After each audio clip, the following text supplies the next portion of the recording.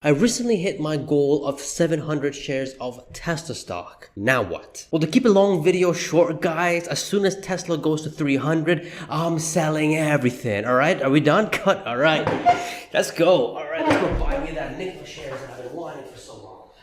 Okay, obviously, that's not gonna happen. I worked 4 years, 4 flipping years, dollar cost averaging into Tesla to get to where I am now. In fact, I had a goal, target initial goal of 1,000 shares. I had to cut it down to 700 because I need to save up for a property. I think the opportunity is coming up fairly soon in Canada. It's very expensive in Canada. It's kind of depressing. But nonetheless, that was the goal, 700, and I hit it. If you guys want to know how I did it and how you guys can too, check the video here. Now for a disclaimer, guys, I'm not gonna stop at 700. I'm obviously gonna buy here and there when I do have some cash available, spare cash available, and when Tesla goes on a good discount, when it goes down to 200, 150, when Wall Street gifts us with really good prices. I'll buy then more, but I'm not in a rush to buy stock anymore. But now that I hit my target of 700 shares, what to do? What's the plan now? Right? What's the plan now? I mean, am I going to sell at some point to purchase something else? Am I going to keep holding? What is the plan? Well, lucky for you, I've made this plan literally 4 years ago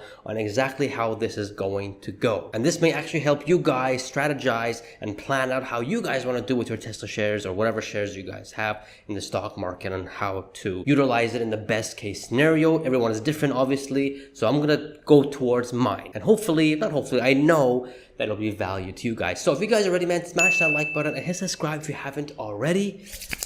Let's go. At the moment, I have 6 stock portfolios. That's right, 6. A lot of people will look at me and go like, you have 6 stock portfolios? Holy shit. For the record, guys, when I did start buying Tesla stock back in 2020, I only had 4. Now we have 6 because, you know, the stock went down as low as $100. I had to open a whole new account for that. You know, I couldn't just sit back and say no. I'm going to go into details in a bit. But at the moment, out of these 6 accounts, I got 2 of them that are margin or cash. Don't worry, guys. I don't do any margin calls or anything like that. I only strictly use it for cash. If I got cash, I'll use it. If I'm not going to go into debt buying stock. That's going to be very a regrettable moment down the line. So we have 2 cash or margin accounts. I got 2 TSLA accounts, which would be equivalent to a Roth IRA for you guys in the States. 1 RSP, which will be equivalent to your 401k. And last but not least, number 6 that I opened up recently is the first home savings account here in Canada, because again, we have terrible home prices here, and it's a massive bubble, and it's a massive shortage, and it's a big problem that we're facing here in Canada, mainly in Toronto and Vancouver, but in Toronto. So that's 6 stock portfolios, literally 2 out of like, or maybe you can say 3 out of the, you know, the entire 6 I can contribute regularly because there's no limit to it. The rest of them, there are limits to it, which sucks, but understandable why they would do that. But let's go step by step and what my plans are for each one of them. First, starting off with the percentages of how much are these accounts, each of these accounts hold Tesla stock. My 2 cash or margins account is about 50%. It holds about 50%, maybe a little bit more than 50% of my entire stock portfolio. I mean, I know it's not a good idea to have that much in a margin because if the stock goes 5x, 10x by 2030, I'm gonna be taxed the heck out of it. No question there. But I got a way to bypass that in one way or the other, but I'm going to get into that in a bit. Number 2, or my 2 TSLA accounts account for 40 to 41%. I am increasing that now because every year we do get about a room of 6,000, 6,500 to contribute to the TSLA. And I always max this out regardless what the price is because we can do it literally beginning of January 1st. Between you and me, I started now really, September, October, November. I got to pay a fee of 1% every month that I go over access. Who cares? It's only 10, 20 bucks a month until it gets absorbed in January of 2024. So yes, I am in a rush to get the TSLA as packed as much as possible, as soon as possible. Because once Tesla 10X's, I don't have to claim taxes on those. I can withdraw and do whatever I want with it. So TSLA is a blessing here in Canada that we have. Then we got the RSP, which I only got 5% of it in there. I mean, RSP has some benefits from deferring your current taxes to a later date, which is flipping awesome, but you can only use the money if you're over 65, if you don't want to be taxed. Most likely, I'm probably going to use it way before 65. I'm not going to wait till 65 to retire, guys. No way, Jose. But if you do withdraw it before you hit 65, it gets taxed or counted as regular income. So it's kind of like not much of a different of a margin or a cash account if you do that. But you do get them tax deferred later on, which is really good. And last but not least, the first home savings account, 5%. And I can only use this. This is like a TFSA, but for first home buying. Pretty much you can only use it as tax-free, meaning that whatever earnings you got, you won't get taxed only if you're buying your first home. So obviously you guys know where that account is going towards too. So now that you guys know the breakdown on how I did, I'm pretty sure you guys can see what the strategy here is. If not, let's get down to it before you guys smash that like button. I mean, why isn't that like button smashed, man? Like, come on. Let's go. Starting off with the margins. Now, obviously, margins, they tax the heck out of you because it goes 50% of capital gains goes towards your taxable income. And if Tesla 10Xs, let's say from 250 to 2,500, and your 100K is now worth $1 million, 900,000 of that, if you take all of it out, right? If you take all of it out, 50% of that, which would be $450,000, would be counted as taxable income.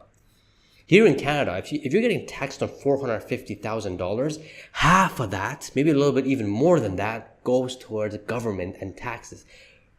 No, I refuse to do that. So instead of doing that as a chunk change at once on the margin, it's going to be like a $50,000, $60,000, $70,000 annual withdrawal. This way, I don't get taxed the heck out of my money and I can use it as income and I can live off of it. So that's what I will use the margin for. My TFSA though, because it can 10x, 20, 30x and I can withdraw as much as I want and I get no tax, don't have to pay any taxes at all. This will go towards things like maybe, hopefully X comes out or Starlink comes out, I can take that money out and buy some of the shares there in the same TFSA. So when that 5-6x is, I'm okay. I don't have to worry about taxes. Or if I'm probably getting a property, then, that would be a good way to use my TFSA. Because again, no taxes, zero. If the 100K turns to $1 million, that full 900,000, don't pay tax on it, which is an absolute blessing, which is why I've maxed it out to the end. And it's the same thing with the first home savings account, except when you're only buying a home. If you're going to use it for something else, it's going to be counted as taxable income. But obviously, first home savings account is going to be used to get a home. If I want to get a home, I just withdraw it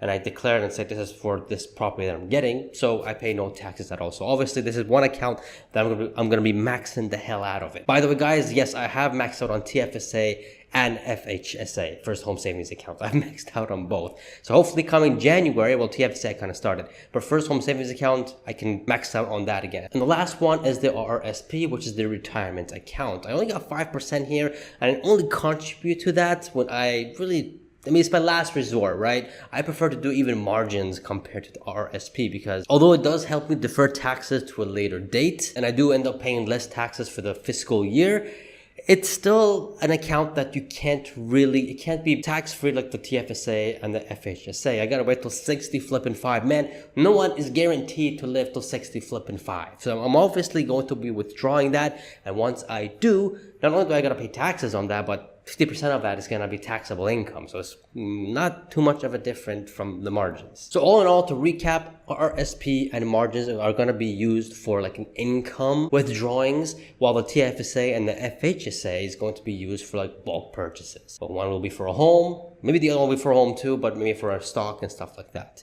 For my cash accounts or my margins, as soon as I max out on my TFSA and FHSA, that's what I'm going to be using to contribute to buy stocks. So, Pejjy, you laid out your plan on how you're going to do this stuff with your Tesla stock. The question is, when? Well, if you guys have watched my channel for quite some time, the magic year is 2030. But you guys already know how life is. Things come in the way. Life happens. You probably need the money sooner than expected. You may have to remove some stuff, add some stuff. It's life. Sometimes your plan doesn't go according to plan. So you got to plan when your plan doesn't go according to plan, if that makes sense. The good thing about the stock portfolio is that it's liquid. Whenever you need it, you can always take it out. I just hope when the day comes, it's not in the $100 per share. You know what I mean? I just hope that doesn't happen. In fact, I want to be in a position where I can buy more shares if that's the case. But everything goes according to plan. 2030 is the year that I would probably think about withdrawing some money. I mean, if the stock's going to 10x, you may want to think of doing stuff with your money, things that you want to do. You suffered 10 years of your money being locked up in one place. Now it's time to, live a bit, go get yourself a property, live off that, or put it in an index fund so you can make that monthly, yearly income without having to work, make that passive income. But until then, my sheer plan is to be patient, hodl, and dollar cost average whenever I see fit and whenever I got the money to do if I'm not using it for other stuff. Simple as that. Because guys, exponential growth loves Tesla. Whether it's compounding, whether it's their vehicles, their numbers, whatever it is. Take a look at this chart here. Or should I say charts? But we'll look at the first chart first. That only includes the vehicles and energy, the stock price prediction, the revenue and profits, in my humble opinion. If you guys want access to this chart, Patreon is right here. But guys, take a look. In my case, at least 700 shares, around 275 is almost $200,000. If I decide to sell it in 2026, that's $500,000. I mean, that's good. You can do a lot of things with $500,000. But look at the compounding. Every year, I'm gaining 100K, and then 150K, and then another 175K, and then look, by 2030, over $1.1 million. Now, what would you rather have? $500,000 or over $1 million? And this is just, the base case. I do think Tesla stock is more realistic to be in the $1,600 ranges by 2030 if all these numbers become true. You guys can even see the chart here. You can see the exponential growth. Not really, it's a linear growth of how much my 700 shares will be worth. Now, obviously, Tesla is an exponential growth company, and we're not even adding FSD or anything else onto this. Not to mention the bot and other stuff, and I do have another chart for that, but the bot is hard to predict what's going to happen with that. What's more realistic is the full self-driving, not even the robotaxi. Forget the robotaxi, the FSD Global and the FSD licensing. These two things I added here as well with the energy. And look at that. Look at this, guys. Almost $600,000 in 2026 opposed to around $527,000, then $800,000, then $1 billion, then $1.4 million, $1.7. FSD global revenue starts in 2025, and in 2027, FSD licensing comes into play as well. And that's what's going to give Tesla stock a massive, massive jump. Look at this. A stock price of $2,500 by the year of 2030, a market cap of $8 trillion. Look at the exponential growth. By 2030, I'm going to be having $1.7 million, literally $500,000 more than the previous chart where we didn't have FSD. Most of you guys will go like, if Tesla's going to be ranking in this much money and the FSD and all that, and they're still going 20 to 30% year over year, a 30% doesn't make any sense because Apple's going 6% and they have a PE of 30. Why are you giving Tesla a 30 PE when they're growing 30 to 25% or whatever the number is going to be by that year? You're right. Let's increase the PE since, 2027. Instead of,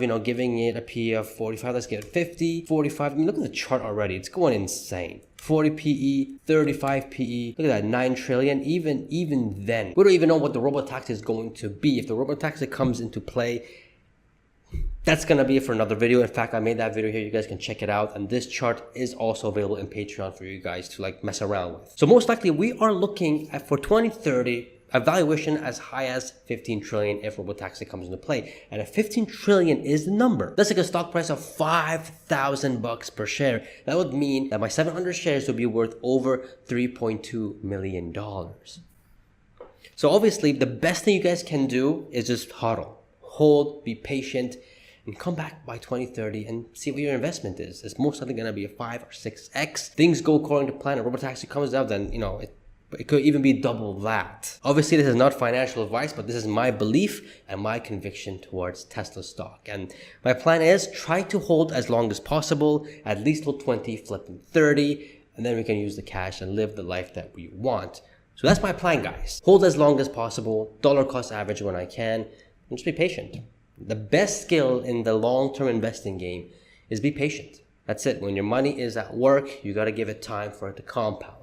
And Tesla stock needs time for your money to compound. You can just zoom out of the chart and see how Tesla has compounded over time. And I do believe that Tesla will become the world's most valued company as soon as they solve FSD, robotaxi, and all that good stuff. Comment down below, what's your plan with Tesla stock? When are you guys planning to sell it? What are you guys planning to do with it? What's your plan, man? Comment down below. I'm very curious to know. And if you're curious to know how I got 700 shares, the steps on the formula that I used, check out this video here. These are the exact steps that I took to get to 700 shares. I mean, it's simple, not easy, but it's possible. Check it out, guys. You won't be disappointed. Get your merch, man. Guys, get your, I bought the dip shirt. If you guys bought the stock at $100 per share, you guys need the shirt, man. All right. Thanks a lot for the support. And I shall see you guys in the next video. Subscribe, and I shall see you guys in the next video. See ya.